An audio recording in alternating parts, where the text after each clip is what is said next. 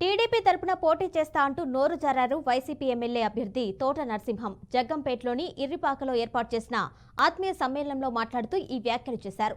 గతంలో ప్రజారాజ్యాన్ని ఓడించా అని ఇప్పుడు టీడీపీ తరపున పోటీ చేసి మళ్లీ తానే ఎమ్మెల్యేగా గెలుస్తా అనడంలో వివాదాస్పదమయ్యారు.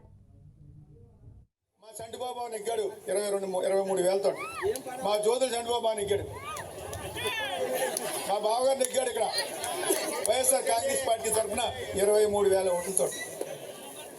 మరి దానికన్నా ఎక్కువగా నెగ్గిస్తారని నేను అనుకుంటా ఉన్నాను.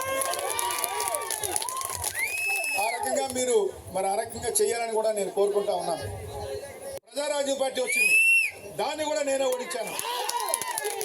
మళ్ళీ 2024లో తెలుగుదేశం పార్టీతోనే పోటీ చేస్తాను, మళ్ళీ కూడా నేనే ఓడిస్తానని తెలియజేస్తా ఉన్నాను. మరి 2019లో ఇక్కడ వైఎస్ఆర్ కాంగ్రెస్ పార్టీ నెగ్గింది, మా చంటిబాబు నెగ్గాడు 23,000తో. మా జ్యోతుల చంటిబాబు నెగ్గాడు, మా బావగారు నెగ్గాడు ఇక్కడ వైఎస్ఆర్ కాంగ్రెస్ పార్టీ తరఫున 23